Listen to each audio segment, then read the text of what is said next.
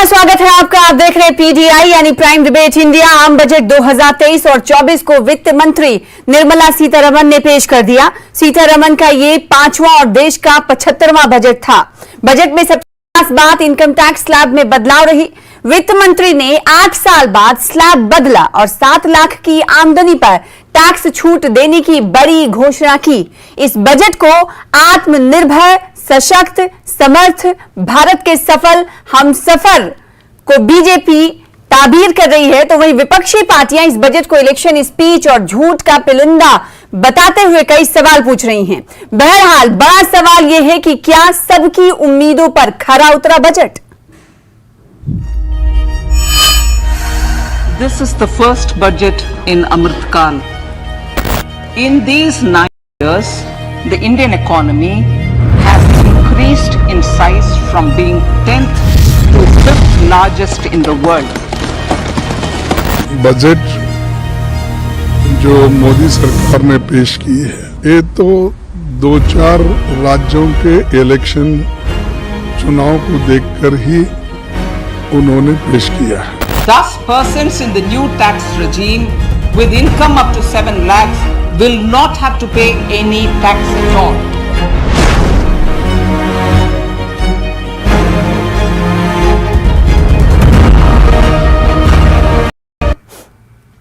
तो बजट 2023 और 24 पेश कर दिया गया और सवाल अब ये उठ रहा है क्योंकि इस पर अब सियासी प्रतिक्रियाएं भी सामने आ रही हैं और जो विशेषज्ञ हैं वो अपनी अपनी राय भी जाहिर कर रहे हैं। जैसे कि हमने सियासी प्रतिक्रियाएं की बात की, तो सबसे पहले आइए सुन लेते हैं निर्मला सीतारमण और प्रधानमंत्री मोदी और उसके बाद विपक्षी पार्टियों ने बजट को लेकर क्या कहा, फिर उसके बाद चर्चा की शुरुआत और मेहमानों का तारुफ।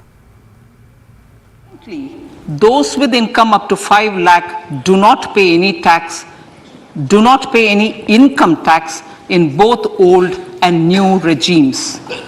I propose to increase the rebate limit to 7 lakhs in the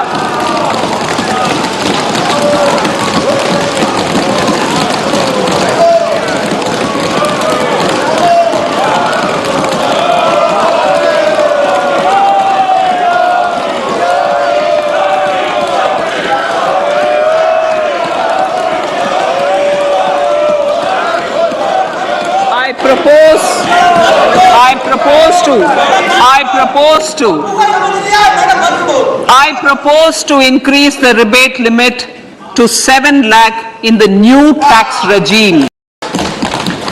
The government's philosophy of Sabka Saath, Sabka Vikas has facilitated inclusive development covering in specific farmers, women, youth, OBCs, scheduled castes, scheduled tribes, Divyangjan and economically weaker sections, and overall priority for the underprivileged. Vanchiton ko variyata. There has also been a sustained focus on Jammu Kashmir, Ladakh and the Northeast. This budget builds on those efforts. काल का ये पहला budget विकसित भारत के विराट संकल्प को पूरा करने के लिए एक मजबूत नींव का निर्माण करेगा। ये बजट वंचितों को वरीयता देता है। ये बजट आज की एस्पिरेशनल सोसाइटी, गांव, गरीब, किसान, मध्यम वर्ग सभी के सपनों को पूरा करेगा। देखिए, ये तो बजट जो मोदी सरकार ने पेश की है, ये तो 2-4 राज्यों के इलेक्शन चुनाव को देखकर ही उन्होंने पेश किया है। तो ये तो इलेक्शन स्पीच है। हिंदुस्तान की हालत ऐसी हो गई है कि जो लोग गरीबी की रेखा से ऊपर आ गए थे वो फिर नीचे चले गए हैं। आप 80 करोड़ लोगों को मुफ्त राशन देते हो, वो भी कम कर दिया, वो आप 4 किलो दे रहे हो। यानी आपने रोजगार का वादा किया था 2 करोड़, वो तो नहीं दे रहे हो, पर लोगों को नौकरियों से निकाल रहे हो। तो बजट कुछ बिजनेसमैन के लिए बजट बनाया जाता है। ये हिंदुस्तान के लोगों के लिए नहीं है, गरीबों के लिए नहीं है। कुल मिलाकर के तो निराशाजनक ही है। सबसे बड़ी चुनौती देश के सामने महंगाई की है, दूसरी बड़ी चुनौती बेरोजगारी की है। लेकिन इस बजट में ऐसा कोई बड़ा प्रावधान नहीं नजर आता जिससे महंगाई पे काबू होगा। बजट है और क्या उसमें खास क्या इलामत मिडिल क्लास को भी मदद है। अरे भैया तो बाद में हर तरह से कोई ना कोई दिया गया है। उम्मीद है कि इलेक्शन होंगे। तो बजट पर विपक्ष की प्रतिक्रियाएं आप देख रहे थे और इससे पहले निर्मला सीतारमण का बयान आपने देखा। बयान क्या पार्लियामेंट में जब वो बजट पेश कर रही थी तो क्या बड़ी बातें रही उसको संक्षिप्त हिस्से को हमने आपको दिखाया। तो आज इसी मौजू पर हम चर्चा करने वाले हैं कि बजट क्या तमाम उम्मीदों पर सभी वर्गों के पूरा उतरा है, खरा उतरा है या नहीं। और आज इसीलिए प्राइम डिबेट इंडिया जो कि आधा घंटे का हुआ करता था, लेकिन बजट को चूंकि समझना है और आम लोगों को भी इसे जानना है, इसलिए हमने इस चर्चा के वक्त को बढ़ा दिया 1 घंटे तक। आज इस पर बातचीत होगी, विशेषज्ञों से हम बातचीत करने की कोशिश करेंगे कि आखिर इस बार का 2023 और 24 का ये बजट कैसा रहा। चलिए चर्चा की शुरुआत करते हैं और खास जम्मू कश्मीर, लद्दाख और हिमाचल के लिए इस बजट में क्या कुछ खास रहा। अगर जम्मू कश्मीर लद्दाख की अगर हम बात करें तो जम्मू कश्मीर लद्दाख के लिए जो पहले 2022 में बजट आवंटन किया गया था वही है, यानी खास तवज्जो देने की बात कही गई है, लेकिन नए अमाउंट नहीं जोड़े गए हैं। तो आज इसी मौजू पर करेंगे चर्चा खास मेहमानों का। चलिए सबसे पहले तारुफ करा दे डिबेट की शुरुआत करने से पहले खास मेहमान हमारे साथ टीवी स्क्रीन पर दिखाई दे रहे हैं। फारूक अमीन, सेक्रेटरी जनरल KCCI, आप हमारे दरमियान मौजूद हैं, आपका स्वागत करते हैं। इसके अलावा गौरव गुप्ता साहब, secretary general JCCI Kashmir chamber of commerce और Jammu chamber of commerce and industries मौजूद हैं, आपका वेलकम करते हैं। इसके अलावा मानिक बत्रा साहब जो कि एसोचैम जम्मू कश्मीर काउंसिल के चेयरमैन हैं, आपका वेलकम वक्त देने के लिए प्राइम डिबेट इंडिया में। और आज हम आपसे समझने की कोशिश करेंगे कि ये बजट कैसा रहा 2023 और 24। डॉक्टर निर्मल साहब जो कि farmer deputy CM Jammu Kashmir रह चुके हैं, वो बजट पर सरकार का पक्ष रखेंगे। इसके अलावा एक और खास मेहमान हमारे बीच हिमाचल प्रदेश से हमें ज्वाइन कर रहे हैं, नरेश चौहान साहब जो कि प्रिंसिपल मीडिया एडवाइजर हैं हिमाचल के CM के, और आप वाइस प्रेसिडेंट भी हैं कांग्रेस पार्टी हिमाचल प्रदेश के। तो आप तमाम का स्वागत। सबसे पहले मैं चाहूंगी कि मानिक बत्रा साहब आपसे मैं शुरुआत करूं, क्योंकि विशेषज्ञों की राय बहुत जरूरी हो जाती है और आप लोग जो होते हैं वो बिजनेसमैन और सरकार के बीच एक ब्रिज का काम करते हैं। तो इस बजट पर आपकी पहली प्रतिक्रिया क्या है? मैम देखें, अगर जो आज का बजट है, अगर पूरा ओवरऑल देखा जाए तो बहुत वेल थॉट आउट बजट है, बहुत सोच समझ के बनाया गया है। क्योंकि अगर आप देखें इस टाइम पे वर्ल्ड वाइड थोड़ा सा स्लो डाउन चल रहा है इकोनॉमिक, बट इंडिया एक अच्छी पोजीशन में था। उसको फर्दर स्ट्रेंथन करने के लिए जो honourable finance minister Nirmala Sitharaman ji ने एक 7 लाख का हमें रिबेट अनाउंस कराया आज, इससे हमें ये फायदा होगा कि कॉमन मैन जो स्पेंडिंग पावर है, जो उसकी सेविंग है, वो बढ़ जाएगी।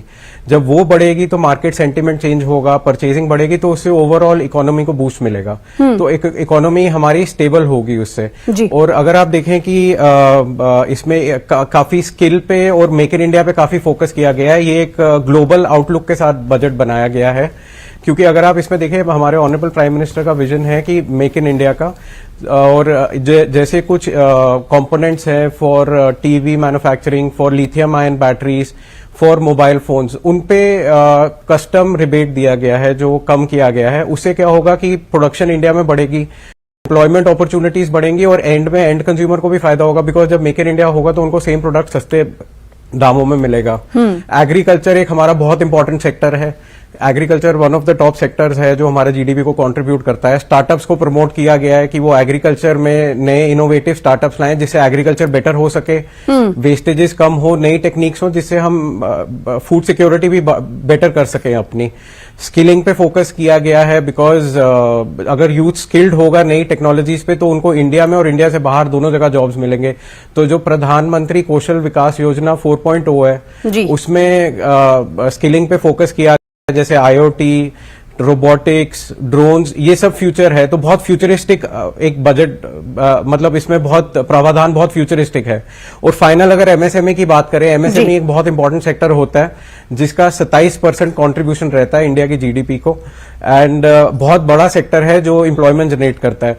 जो क्रेडिट गारंटी स्कीम एक गवर्नमेंट की स्कीम थी जो कोविड के दौरान आई थी, उसके साथ ECLGS आया था और PLI भी आए थे। तो क्रेडिट गारंटी स्कीम एक स्कीम है जिसमें MSME को कोलैटरल फ्री लोन मिलता है अगर वो एलिजिबल हो। जी। तो जब उनको कोलैटरल फ्री लोन मिलेगा वो एक्सपैंड कर सकते हैं, प्रोडक्शन बढ़ेगी तो ऑब्वियसली उससे एम्प्लॉयमेंट और जनरेट होगी। तो ओवरऑल बजट है मैम। जी, तो ओवरऑल बहुत अच्छा बजट है, ये कहना है मानिक बत्रा साहब का। इसके अलावा अब हम रुख करेंगे फारूक अमीन साहब जो कि सेक्रेटरी हैं Kashmir chamber of commerce and industries के। आपकी क्या प्रतिक्रिया है? 10 में से कितने नंबर इस बजट को आप दे रहे हैं? देखिए, जहां तक इस बजट का सवाल है, ये वेल थॉट बजट है। बेसिकली कॉमन मैन के लिए काफी हुई है। तो ये हमारे honourable finance minister Nirmala Sitharaman ji ने जो ये बजट भी है, विजनरी बजट है। देखिए, कॉमन पीपल के लिए इसमें काफी कुछ है। एक्सपेक्टेशंस तो हमेशा होती है लोगों की, बट जो इसमें विजन है, जो इस आज के स्लो डाउन की पोजीशन में, जैसे ग्लोबल स्लो डाउन है और आने वाला साल जो सोच रहे हैं लोग कि आने वाला साल डिफिकल्ट होगा क्रॉस ग्लोब, ये जो है अपना रिसेशन का, तो उस हिसाब से ये वेल थॉट बजट है। मेक इन इंडिया पे ध्यान दिया गया है, जैसे यूथ स्टार्टअप्स पे ध्यान दिया गया है, MSME सेक्टर को बढ़ावे का ध्यान दिया है, जो कि हमारा सबसे बड़ा कंट्रीब्यूटर है एम्प्लॉयमेंट का क्रॉस कंट्री। उसके बाद में ये जो है फ्री राशन 1 साल के लिए गरीबों के लिए, ये भी एक विजनरी थिंग है। इसके बाद में ये जो एग्रीकल्चर और हॉर्टिकल्चर को बढ़ावा, उसके स्टार्टअप्स के बाद में जो अपना एग्रीकल्चर में जो हमारी बूस्ट जरूरत है, जो इसमें एक टेक्नोलॉजी बूस्ट की जरूरत है, उसके लिए भी है। कैपिटल इन्वेस्टमेंट्स सबसे बड़ी बात, जो कैपिटल इन्वेस्टमेंट के लिए भी काफी फंड्स रखे गए हैं। लॉजिस्टिक्स के लिए स्टेट्स को जो और यूनियन टेरिटरीज को जो 50 साल तक के लिए इंटरेस्ट फ्री लोन दिया गया है, इससे हर किसी स्टेट और यूनियन टेरिटरी में काफी फायदा मिलेगा। लॉजिस्टिक जो डेवलप करने में, जो इंफ्रास्ट्रक्चर की जो कमी है हमारे इलाकों में, उसको बढ़ावा मिलने का, उसको बढ़ावा होगा। डेफिनेटली ये विजनरी बजट लग रहा है, जो कि फ्यूचरिस्टिक बजट लग रहा है। जी, ये तो क्या लगता है कि ये बजट सभी के साथ यूथ को भी सभी के लिए बनाया गया है? लग रहा है कि सभी के लिए कुछ ना कुछ है। बिल्कुल, देखिए, बिल्कुल इसमें कॉमन मैन के लिए, जैसे मैंने आपको कहा, फ्री राशन की बात की गई है, जो गरीबों के लिए। खास बात ये भी है कि इनकम टैक्स स्लैब की अगर हम बात करें, मिडिल क्लास तबके को फायदा पहुंचाने की कोशिश की गई है और सभी का ये मानना है कि मिडिल क्लास तबके के लिए बहुत अच्छा ये बजट है, क्योंकि इनकम टैक्स स्लैब जो है वो बढ़ा दिया गया है। अब 7 लाख जिनकी सैलरी होगी उन्हें 0 टैक्स, यानी कोई टैक्स नहीं देना है उसके ऊपर। अभी ग्राफिक्स के जरिए पॉइंटर्स भी हम आपको दिखाएंगे क्या चीजें सस्ती हुई हैं और क्या चीजें महंगी हुई हैं। इसके अलावा कौन सी ऐसी चीजें हैं जिसको लेकर लग रहा था कि ये बजट में शामिल होगा, लेकिन वो बजट में शामिल नहीं हुआ। गौरव साहब, मैं आपके पास आऊं उससे पहले नरेश चौहान साहब आकर रुख करना चाहूंगी, कांग्रेस की प्रतिक्रिया देंगे। हिमाचल प्रदेश के लिए इस बजट में क्या कुछ खास रहा, आपसे हम जानेंगे।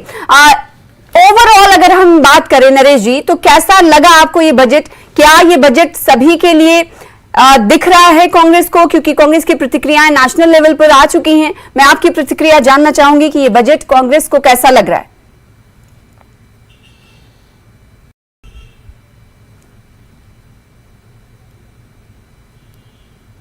कि 5वां बजट आज ये हमारे फाइनेंस मिनिस्टर साहब का था।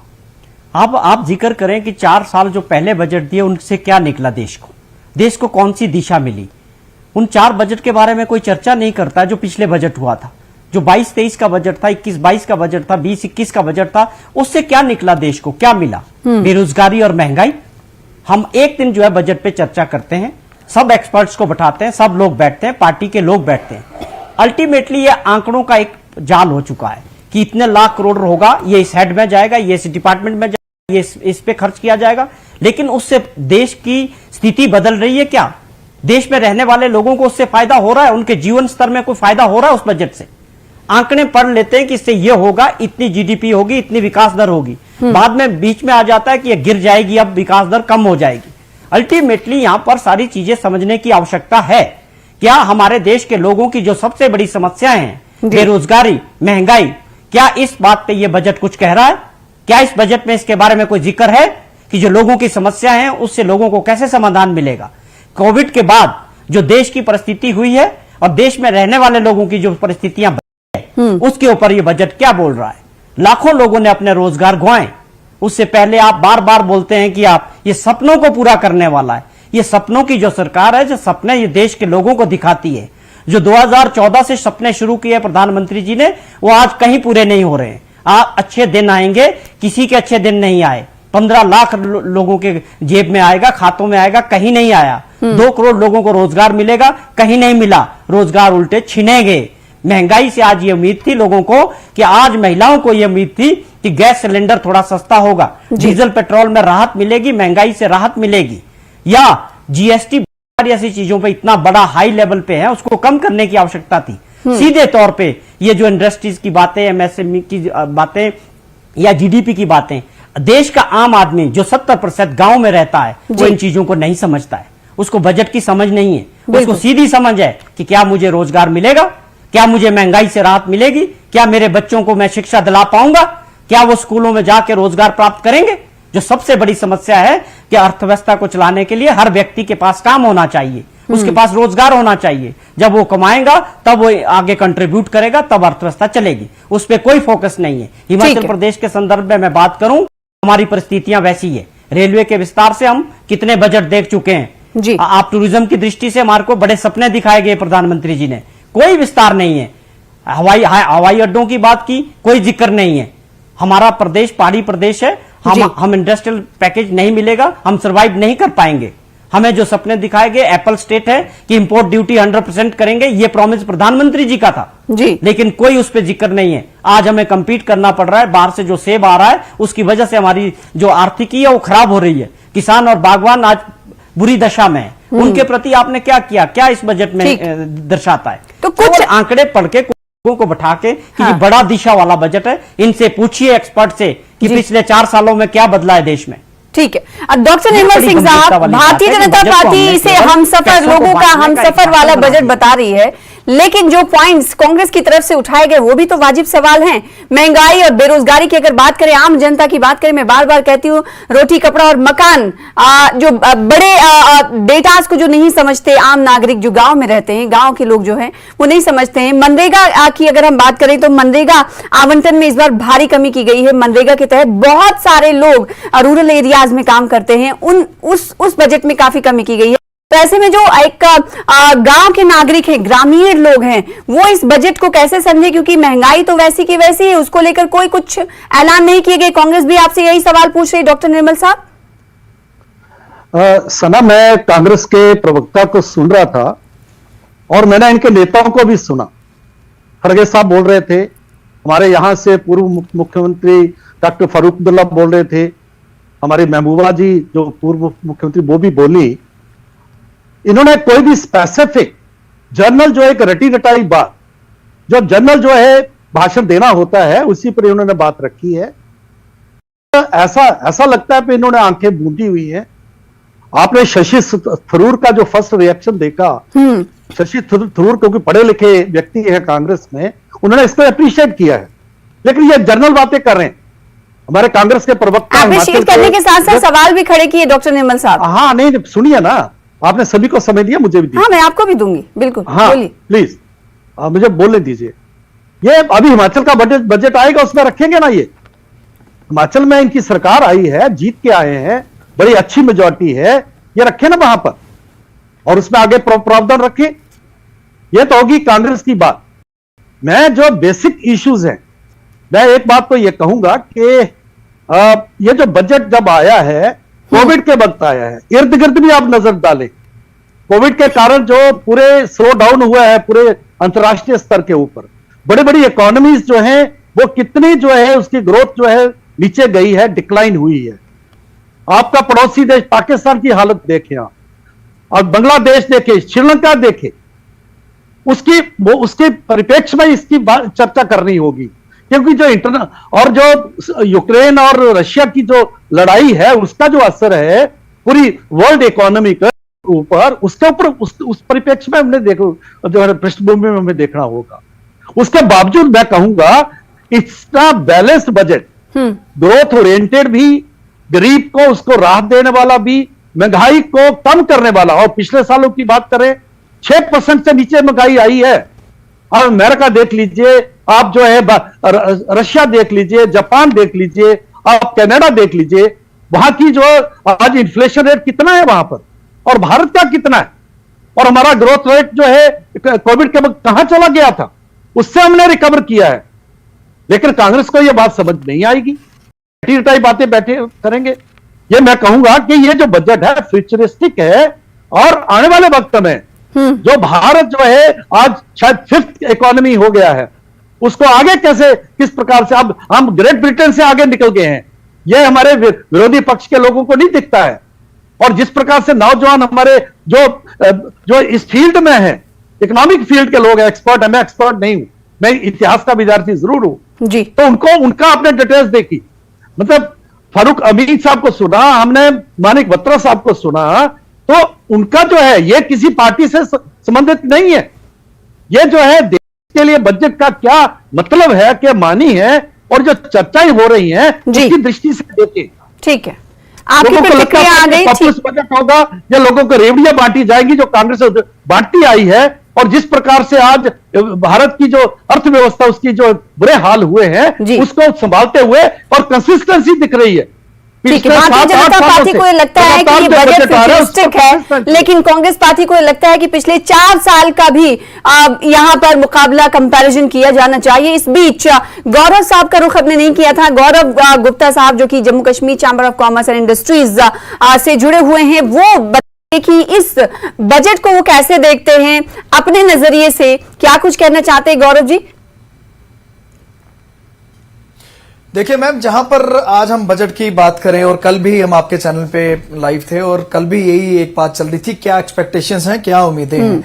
मुझे लगता है कि अगर आज हम एक बड़े स्तर पर ब्रॉडर एस्पेक्ट में बात करें, आज जियो पॉलिटिकल अनसर्टेनिटी है, हम लोग इन्फ्लेशन से निकल रहे हैं, एक फेयर है आज एक रिसेशन का, in spite of all these odds, आज जो मुझे लगता है आज मुबारकबाद के पात्र हैं हमारे माननीय प्रधानमंत्री मोदी जी, और खासकर मैं बात करूंगा वित्त मंत्री जी, जिस तरीके आज उन्होंने एक मैसिव एक जो अनाउंसमेंट की है। क्योंकि कल भी हम यही बात कर रहे थे कि जो आज उम्मीद और आशाएं हमने लगाई थी कि सबसे बड़ा जो एक फेज से हम निकल रहे हैं, आज देखिए 3 साल महामारी के बाद आज ये जो 2023 का ये जो बजट था, इससे काफी एक्सपेक्टेशन थी, खासकर हमारे मध्य वर्ग के, अगर मैं बात करूं मिडिल क्लास के लिए। अब देखिए सीधा ही है, सीधा स्टैट्स आपके सीधा ही है, जिस तरीके 7 लाख का इनकम टैक्स स्लैब की बात हुई, छूट दी गई, तो ये क्लियर कट एक सिग्नल देता है कि सरकार इतनी ही आज गंभीर है इस पूरी परिस्थिति को लेके।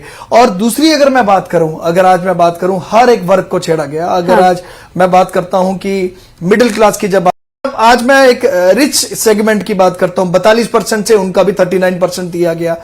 और सबसे खूबसूरत बात जो अगर आज इस पूरे बजट को अगर आप देखिए, अगर आप कैपेक्स की बात करते हैं, कैपिटल एक्सपेंडिचर 10.5 लाख करोड़ की बात की गई उसमें, कि उसके इतने बड़े स्तर पर मैसिव अनाउंसमेंट ही, मुझे लगता है कि चीजें काफी क्लियर हैं। और इसमें आज दो राय नहीं है कि एक फ्यूचरिस्टिक अप्रोच को लेकर ये बजट बनाया गया। और खासकर ग्लोबली जितनी आज हम डिजिटलाइजेशन की बात करते हैं, आर्टिफिशियल इंटेलिजेंस की बात हुई, आज हमारे यूथ को लेकर स्किल डेवलपमेंट पे थ्रस्ट दिया गया। अपार्ट फ्रॉम दिस हमारी महिलाओं के लिए अनाउंसमेंट, ठीक है, तो कई लोगों को ये लगता है कि बजट जो है बहुत अच्छा रहा, क्योंकि हर वर्ग को छूने की बात कही गई है। वहीं विपक्षी पार्टी हैं जो कई सवाल लेकर खड़े हुए हैं, उनके मन में ये है कि पिछले आज से लेकर अब तक जो हमारी अर्थव्यवस्था है वो कहां जा रही, साथ ही साथ बेरोजगारी दर की अगर बात करें, महंगाई दर की बात करें, तो उसे भी देखने की जरूरत है। ये सवाल उठ रहा है, इस सवालों पर भी करेंगे चर्चा खास मेहमानों के साथ। आप जुड़े रहे हमारे साथ, छोटे से ब्रेक के लिए रुकेंगे, ब्रेक के बाद जल्द लौटेंगे। This is the first budget in Amrit Kal. In these 9 years, the Indian economy increased in size from being 10th to 5th largest in the world.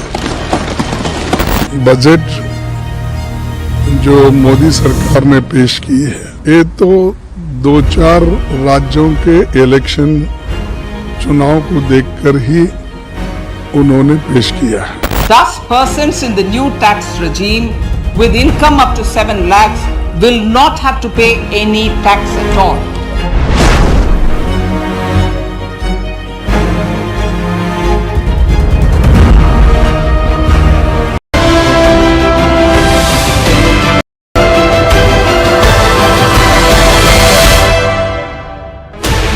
16 channels, 15 languages, 26 states, 1200 plus reporters, 67 plus crore viewers. India's largest news network, News 18 Network.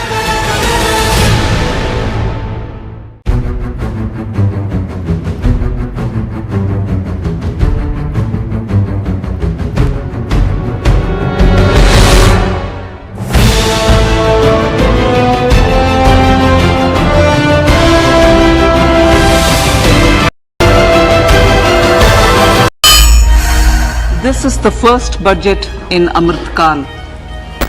In these 9 years, the Indian economy has increased in size from being 10th to 5th largest in the world.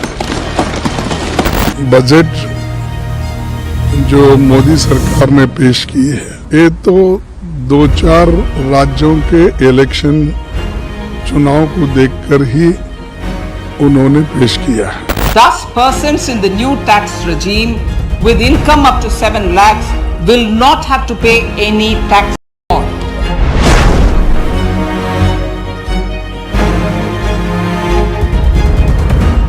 तो budget पेश कर दिया गया है। Break के बाद आपका स्वागत करते हैं। आज इसी मुद्दे पर कर रहे हैं चर्चा कि क्या ये बजट उम्मीदों पर खरा उतरा है। खास मेहमानों का पैनल हमारे साथ मौजूद है। चलिए जल्दी जल्दी मेहमानों का रुख कर लेते हैं। नरेश चौहान जी, आपका रुख करना चाहूं उससे पहले मैं निर्मल साहब आप से सवाल ये करना चाहती हूं कि जम्मू कश्मीर से आप आते हैं। जम्मू कश्मीर के लोगों को लगातार हम ये बात कर रहे थे कि वहां के लोगों को भी उम्मीदें जुड़ी हुई हैं, लेकिन जम्मू कश्मीर के बजट आवंटन की बात करें 2022 और 2023 का आंकड़ा मेरे पास है 35,581 करोड़ तब मिले थे, लेकिन इस बार के आवंटन में कोई इजाफा नहीं किया गया है। तो लोगों को ये लगता है कि जम्मू कश्मीर पर क्या फिर फोकस करने की बात वित्त मंत्री निर्मला सीतारमण जी कर रही हैं? देखिए सना, अगर जम्मू कश्मीर में आप आए, कांग्रेस के मित्र आए थे, उन्होंने सारा जम्मू कश्मीर घूमा है। उन्होंने देखा कि कैसे यहां पर जो है डेवलपमेंट हो रही है। देखिए, बजट लाना पैसे की कोई कमी नहीं है, और जिस प्रकार से फिर से आश्वासन दिया गया, स्पेशल रेफरेंस जम्मू कश्मीर लद्दाख का आया है और शायद हिमाचल का भी आया है, उसका मतलब यह है कि सरकार की ओर से पूरी मदद होगी, लेकिन पैसा ग्राउंड पर लगे, ट्रांसपेरेंसी से लगे। और जिस प्रकार का भ्रष्टाचार था 72 सालों में, यही जो सरकारें थी विरोधी पक्ष की, और इतना जहां पर जो था पैसा लगता नहीं, जिसको राजीव गांधी कहते थे 10% ही जो है नीचे तक पहुंचता है, और जम्मू कश्मीर में मुझे लगता है 10% भी नहीं पहुंचता था। तो उसके ऊपर पूरा टोटलिटी फोकस हो रहा है। अब मैं आपको आश्वासन दे सकता हूं सरकार की ओर से, जम्मू कश्मीर में जहां जो है रिक्वायरमेंट है पैसे की, कोई कमी नहीं आएगी। नहीं, लोगों को ये लग रहा है कि लोगों को ये लग रहा है कि जब बात सभी जगह की हो रही है तो जम्मू कश्मीर की भी साथ ही हो जाती, पैसे बढ़ाए नहीं गए तो फिर उनके लिए क्या होगा? देखिए, अभी तक मैं आपका जल जीवन का मैं बताता हूं। जल जीवन जो है एक स्कीम है जम्मू कश्मीर में, हाँ। अभी तक वो पैसा वो लग नहीं रहा है। यहां कोई इन्वेस्ट करने के लिए पहले तैयार नहीं था, यहां कॉन्ट्रैक्ट लेने के लिए तैयार नहीं थे। तो इसलिए और भी बहुत सी चैलेंजेस हैं। पैसा कोई चैलेंज नहीं है, पैसा लेके रख लेना तिजोरी में और उसको नहीं खर्चना, वो बात पुराने समय में हो सकती थी, लेकिन अभी जो पैसा आएगा वो लगे, उसके ऊपर सरकार का फोकस है। अगर कहीं कमी होगी उसके ऊपर जरूर जो है सरकार की मदद। तो बात सिर्फ जम्मू कश्मीर तक नहीं, हिमाचल तक भी ये आधारित होती है चौहान जी, कि अगर जरूरत हिमाचल को पड़ेगी तो उस पर भी सरकार का खास फोकस रहेगा। ये डॉक्टर निर्मल साहब कह रहे हैं।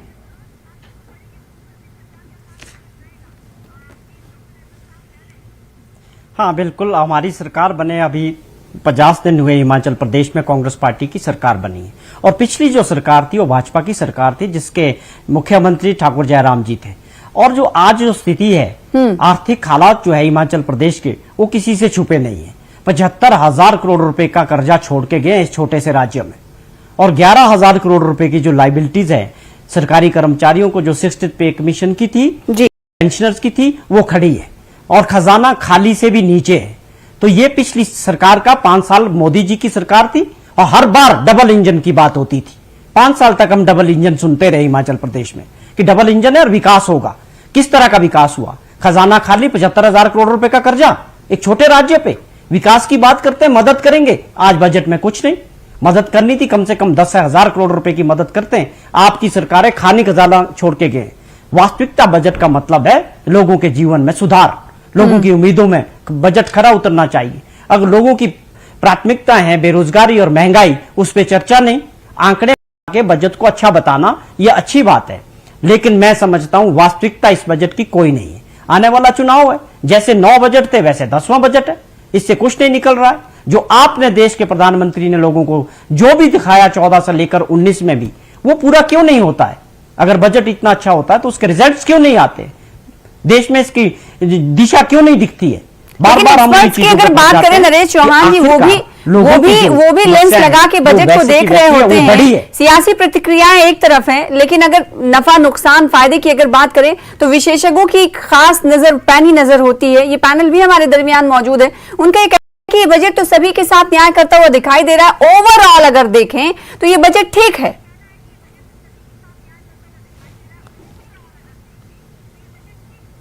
नहीं, देखिए, बात आपने जिक्र किया कि मनरेगा में जो है बजट घटा है। अब बताएं कि लोगों को गांव में कहां से काम मिलता है, कहां से रोजी रोटी निकलती है लोगों की?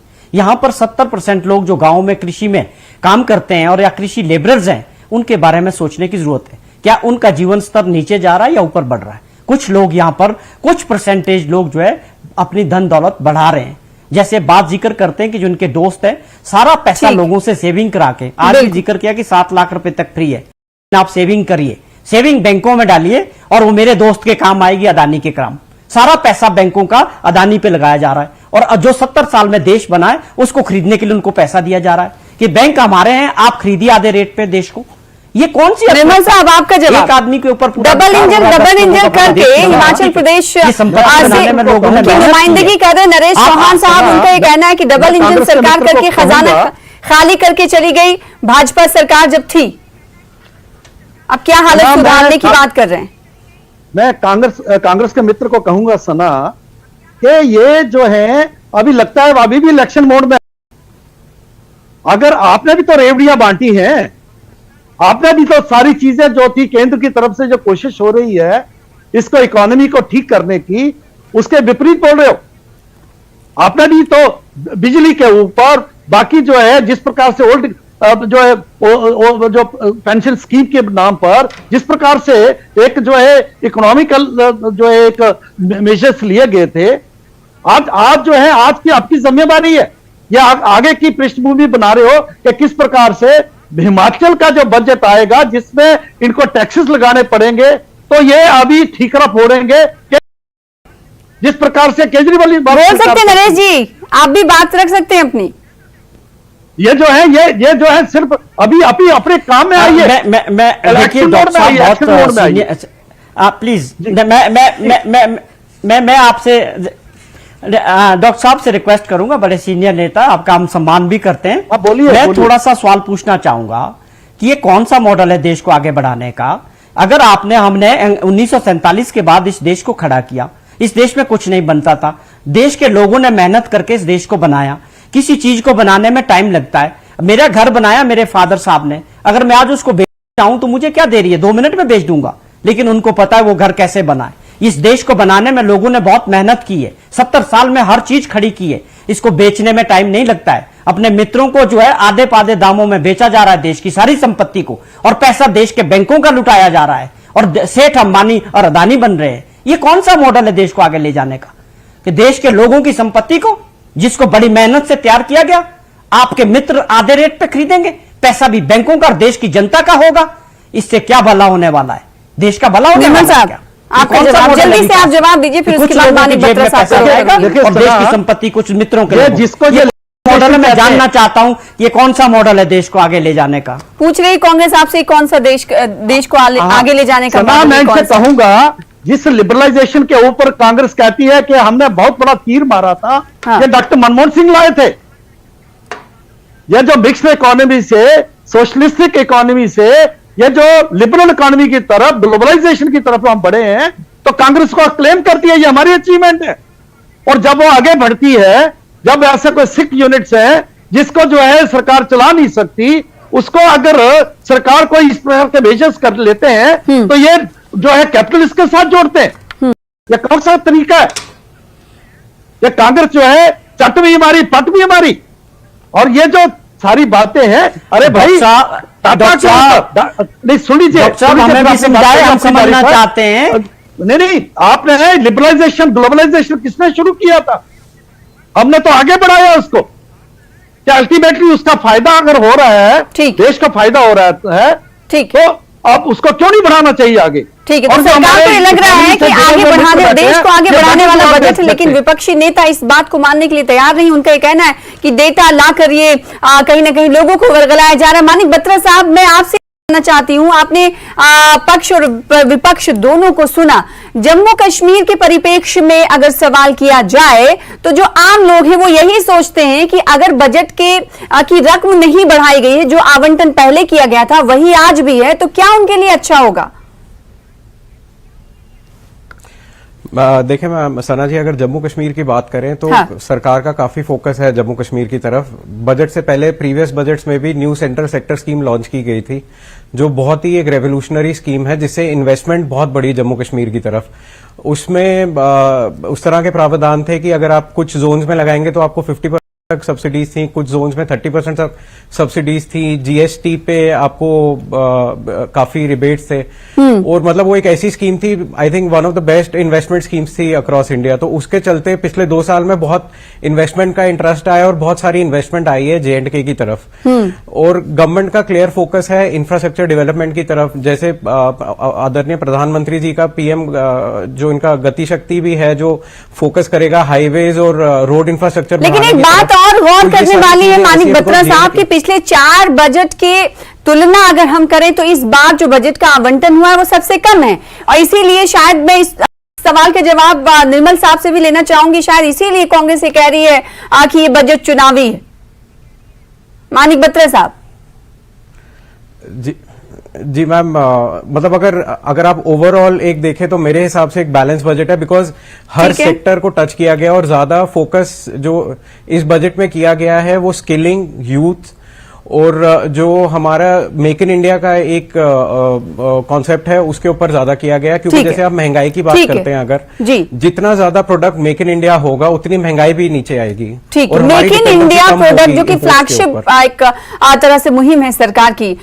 फारूक अमीन साहब, मैं आपसे जानना चाहूंगी, बार बार सवाल उठ रहा है और महंगाई दर और बेरोजगारी दर की भी बात हो रही है, तो मेक इन इंडिया मुहिम जो कि विपक्षी नेताओं की तरफ से ये कहा जाता रहा है कि ये बिल्कुल नाकाम साबित हुई, लेकिन मानिक बत्रा साहब अभी ये कह रहे थे कि जो घर में बनेगा उससे कहीं ना कहीं बेरोजगारी भी दूर होगी। क्या आप इस बात से इत्तेफाक रखते हैं, और क्या आपको लगता है कि बेरोजगार नौजवानों और साथ ही साथ महंगाई दर के लिए इस बजट में भी कुछ खास जगह देनी चाहिए थी जो नहीं दी गई? देखिए, बहुत सारी चीजें इसमें हैं जो आप मेक इन इंडिया की बात कर रहे हैं। ये एक वन टाइम, एक दिन का या एक साल का काम नहीं है। इसमें हमें सदियों या दहाइयों में काम करना पड़ेगा और इसको कंटिन्यूअसली फॉलो अप करना पड़ेगा। मेक इन इंडिया का जैसे कोशिश है, चाहे पिछले सरकार में हुई थी या इस सरकार में हो रही है, मेक इन इंडिया जो हमारा फ्लैगशिप अभी प्रधानमंत्री का नारा है मेक इन इंडिया का, तो इसके लिए ये कंटिन्यूअस प्रोसेस है। ये कोई एक ओवरनाइट चीज नहीं है कि एक साल में हम उसका अचीव करें। ये स्लोली इसको इम्प्लीमेंटेशन की जरूरत है। जैसे हर किसी सरकार के जो स्टेट्स में और यूनियन टेरिटरी में इसको इम्प्लीमेंटेशन, प्रॉपर इम्प्लीमेंटेशन की जरूरत है जो बजट के आए हैं। जैसे आपने कहा 38,000 करोड़ में इसमें जम्मू कश्मीर में और बढ़ाया नहीं है।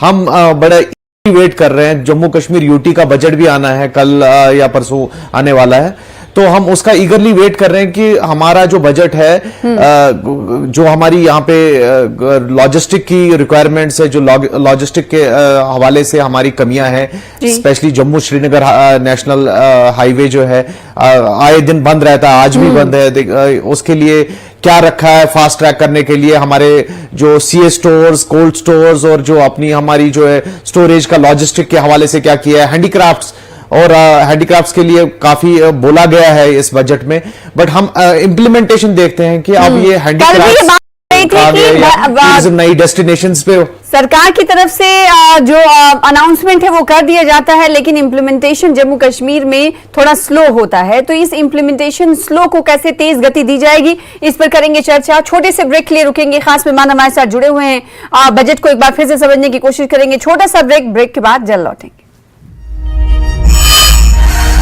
This is the first budget in Amrit Kal. In these 9 years, the Indian economy has increased in size from being 10th to 5th largest in the world. जो मोदी सरकार ने पेश की है, ये तो 2-4 राज्यों के इलेक्शन चुनाव को देखकर ही उन्होंने पेश किया है। 10 persons in the new tax regime with income up to 7 lakhs will not have to pay any tax at all.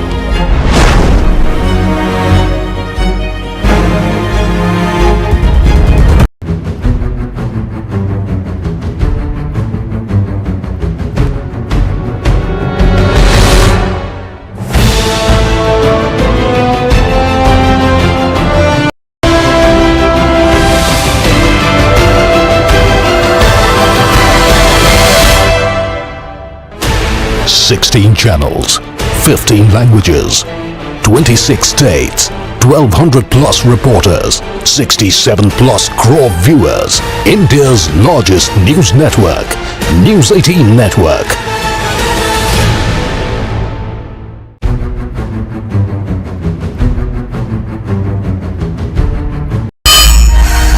This is the first budget in Amrit Kal. In these 9 years, the Indian economy has increased in size from being 10th to 5th largest in the world. Budget जो मोदी सरकार ने पेश की है, ये तो 2-4 राज्यों के इलेक्शन चुनाव को देखकर ही उन्होंने पेश किया है। 10 persons in the new tax regime with income up to 7 lakhs will not have to pay any tax at all.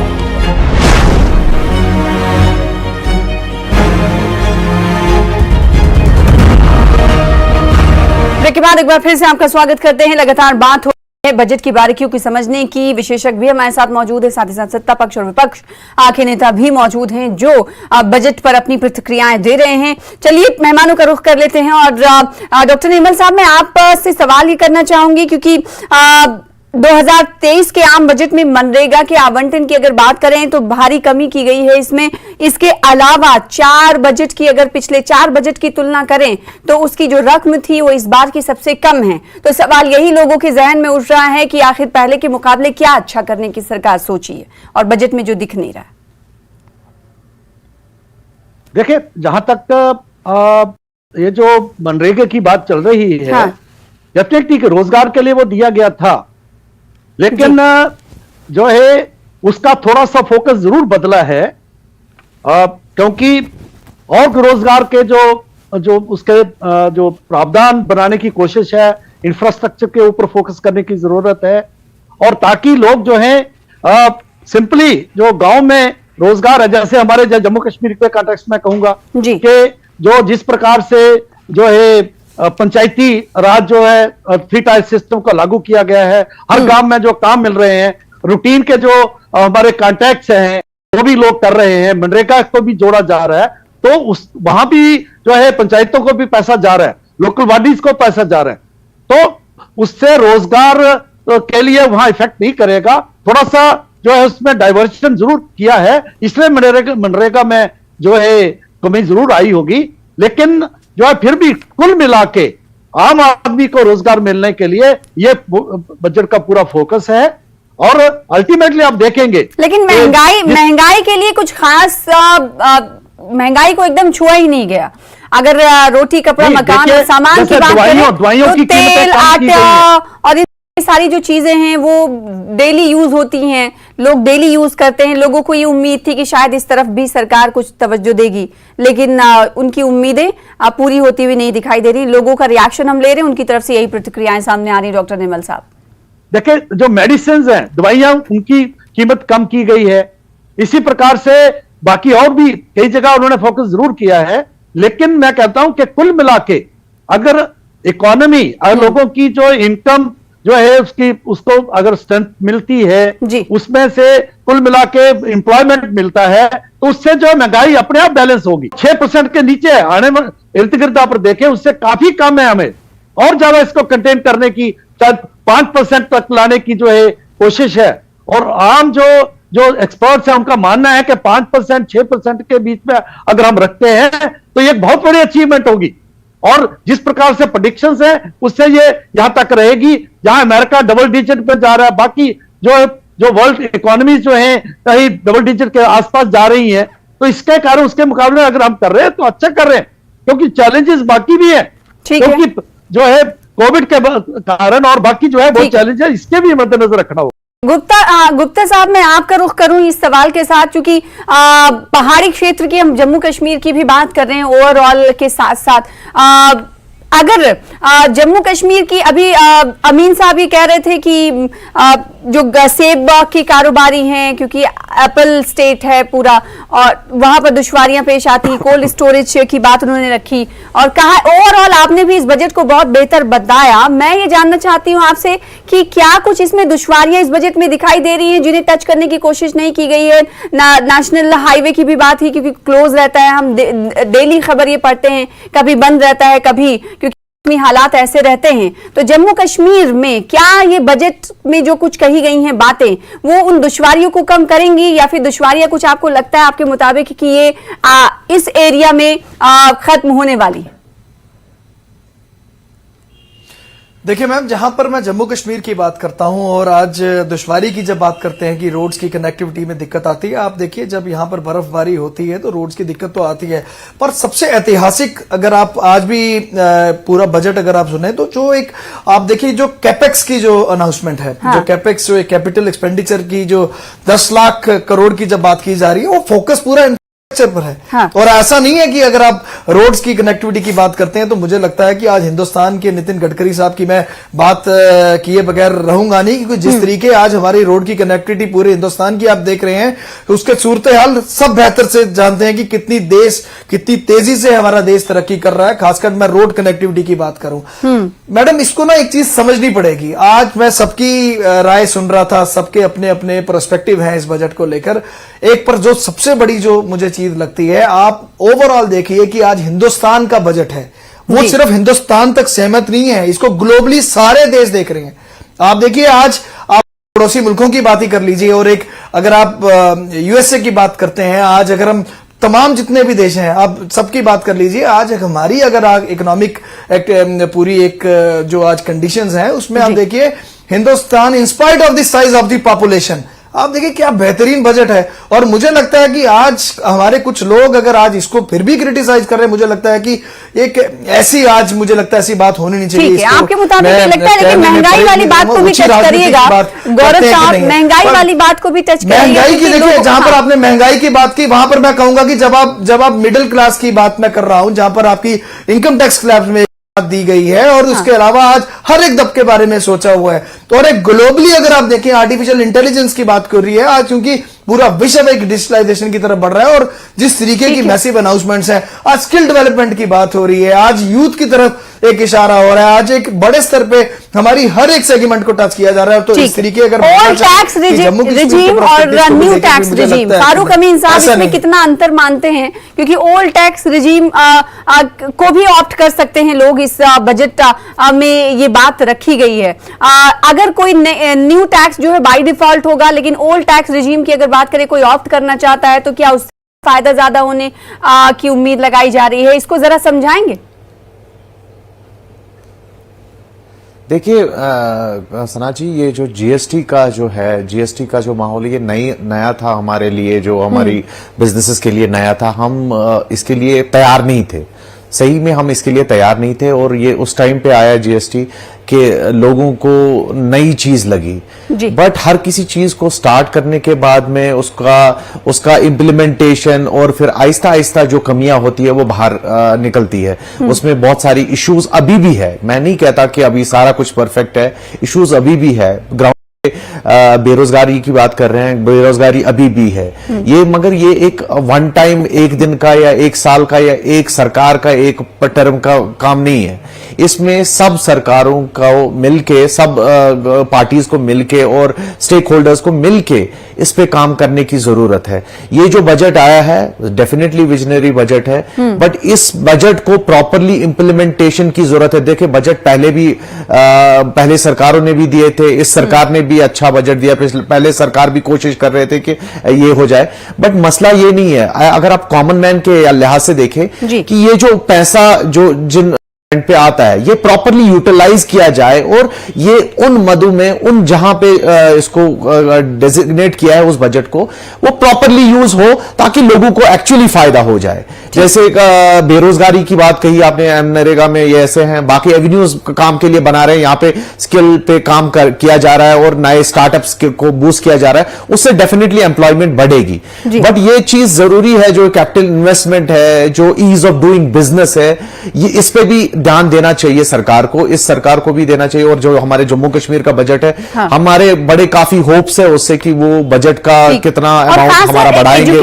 वो हम बात करें तो उस हमारा जो विभाग को भी छूने की कोशिश की गई है, नई लाइब्रेरीज खोलने की भी बात बजट में कही गई है। इसके अलावा कहा यह गया है कि बच्चों के लिए नर्सरी स्कूल्स भी कई जगह खोले जाएंगे। मानिक बत्रा साहब, मैं आपसे ये जानना चाहूंगी, जो बात अभी फारूक अमीन साहब ये कह रहे थे और बार बार ये बात हो रही जम्मू कश्मीर के परिप्रेक्ष्य में कि हमेशा ये होता है कि, या फिर ओवरऑल अगर हम बात करें कि बजट का ऐलान तो कर दिया जाता है, तो क्या आखिर में वो तमाम चीजें इम्प्लीमेंटेशन की तरफ बढ़ जाती हैं और वो हो चुकी होती हैं क्या जमीन पर? क्योंकि जब सवाल ये उठ रहा है कि उसका इम्प्लीमेंटेशन जो है वो बहुत स्लो होता है, तो आखिर ऐसा ना हो इसके लिए सरकार को क्या करना चाहिए? आप क्या मशवरा देंगे और किस तरह से काम करना चाहिए? Ma'am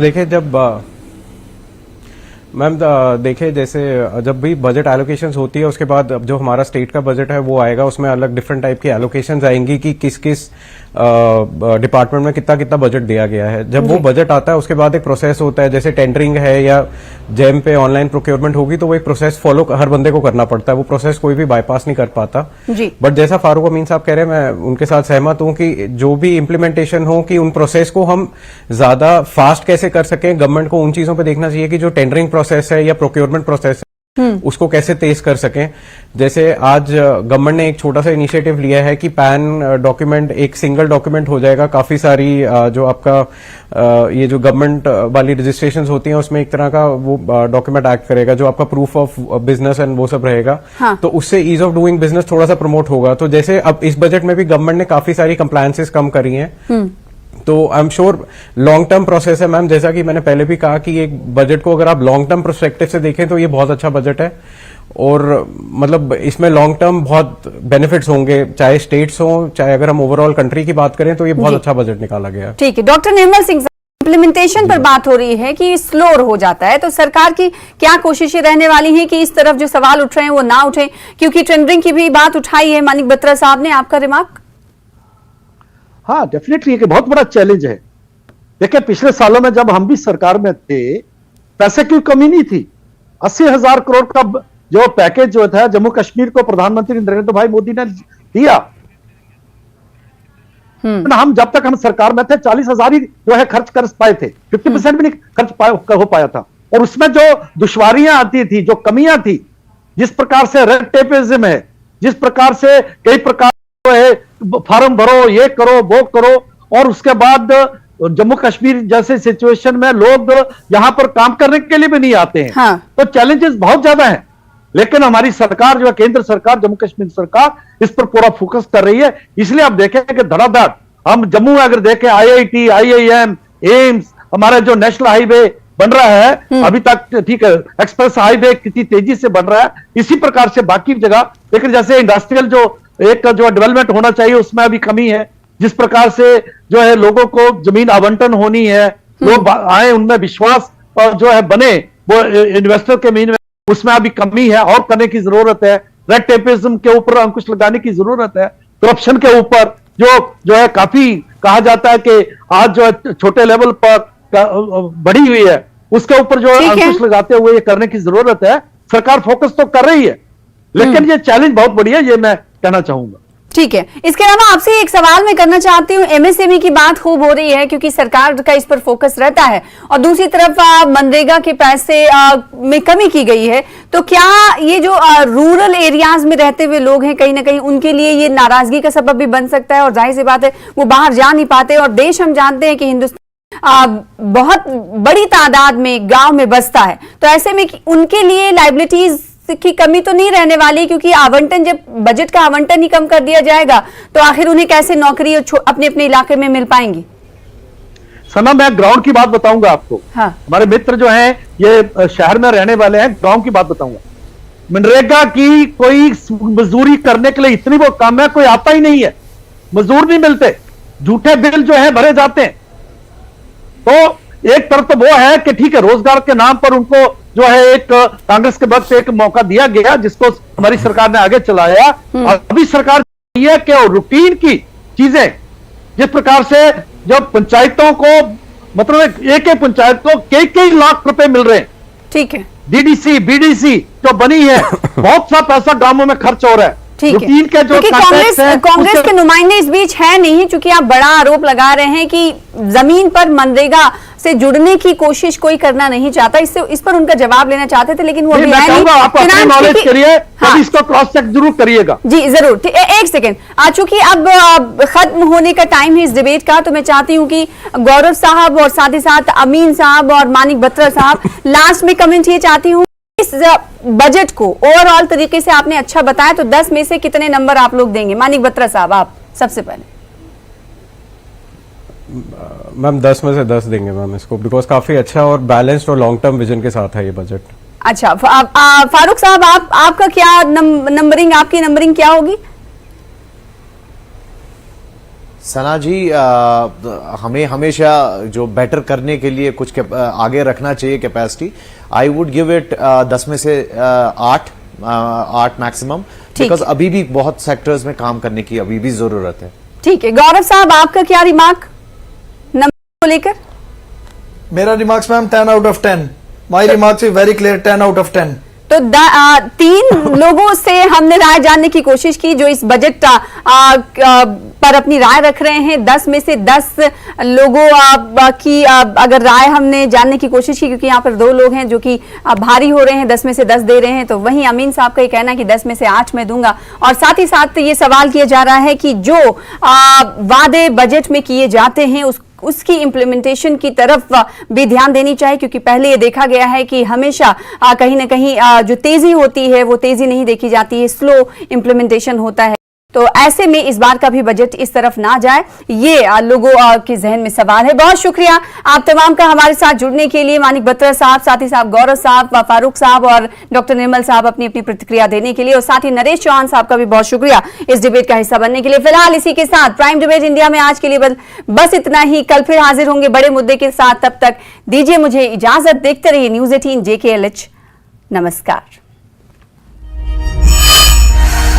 This is the first budget in Amrit Kal. In these 9 years, the Indian economy has increased in size from being 10th to 5th largest in the world. Budget जो मोदी सरकार ने पेश की है, ये तो 2-4 राज्यों के इलेक्शन चुनाव को देखकर ही उन्होंने पेश किया है। 10 persons in the new tax regime with income up to 7 lakhs will not have to pay any tax at all.